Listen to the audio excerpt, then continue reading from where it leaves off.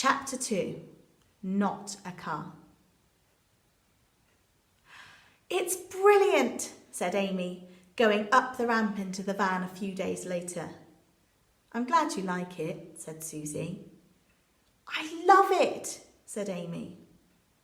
"Great. Well, you can write a letter to your dad thanking him maybe." "I already have. I sent him an email telling him how amazing it is. I mean, look." Amy turned the wheelchair all the way around inside the van and came back down the ramp. "It's like a Dodgem car." She came off the ramp and turned round again, twisting the control lever on her new, black, shiny and, most importantly, motorised wheelchair. Her mum had parked the van in their drive and opened the back doors so that Amy could practice going up and down the ramp, which she'd been doing for quite a while. Quite a long while. "It's like a Dodgem car," echoed Jack, Amy's 14-year-old brother, who was standing, or at least slouching, his back against the door in their front garden, pretending not to be interested. It was one of the things he did all of the time now, repeating back anything that anyone said in a bored, taking the mickey voice. Amy sometimes wondered if, when he was about 12 and a half, her brother had been secretly replaced in the night by a sarcastic echo chamber. "Well, it is a bit," said Amy. "Remember when Dad took me on the Dodgems, Mum?" "Of course. He took both of you in one car, and you drove it." "Yes, but he did let me do the steering wheel by myself a bit later, and I swerved through all of the other cars. We didn't even bump once." "Yes, that's right. What age were you then?" 7. And then he bought us candy floss. Susie nodded and looked down. Amy's dad, Peter, didn't live with them anymore. He lived a long way away in Scotland. "He said I was a natural driver, didn't he, Mum?" "You're a natural, Amy," he said. "You're a natural, Amy," said Jack in a bored, taking the mickey voice. "Yes, unlike his son, who always loses to me when we play the Grand Prix." Jack made a rude gesture at her. "Grand Prix," he echoed sarcastically. "Anyway, is that enough practice now?" "Not quite, Mum," Amy said, turning around again.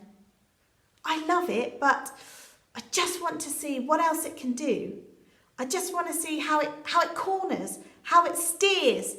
What's its top speed?"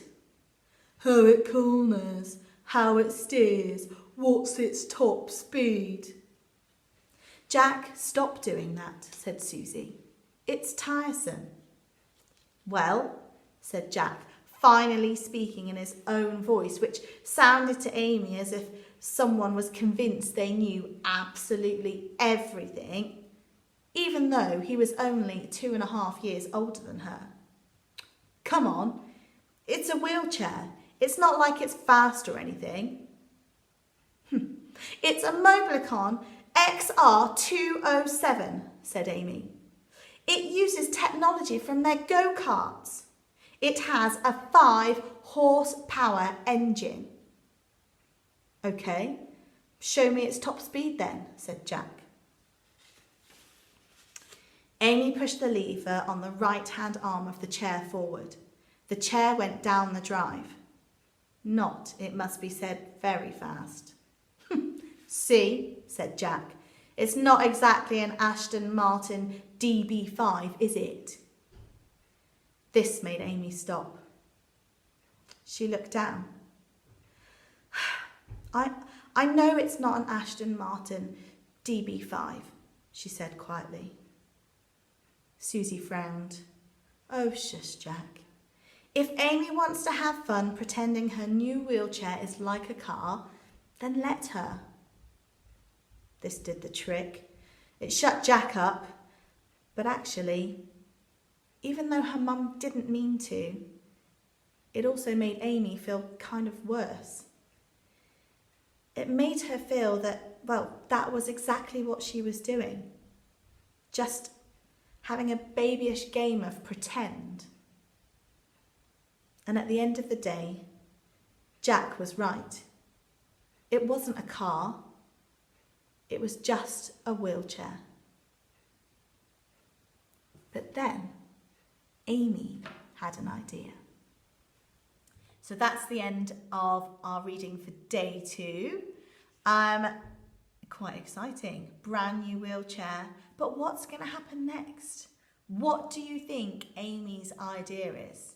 So if you were the author and you were writing the next chapter of this book, what would happen next? Why don't you try writing something down or drawing a picture? And then it'd be really great if you could send them in to us so we can post them on our Facebook page. Anyway, take care, enjoy the rest of your day and stay safe. Bye.